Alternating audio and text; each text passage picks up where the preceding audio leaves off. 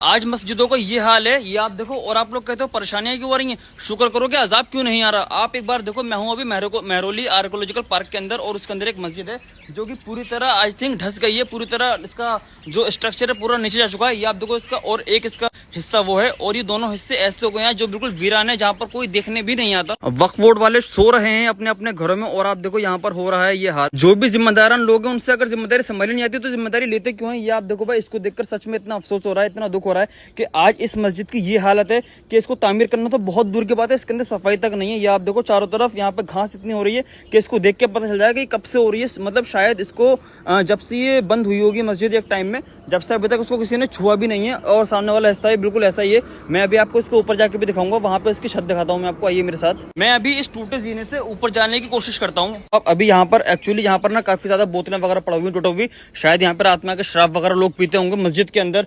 तो भाई इसीलिए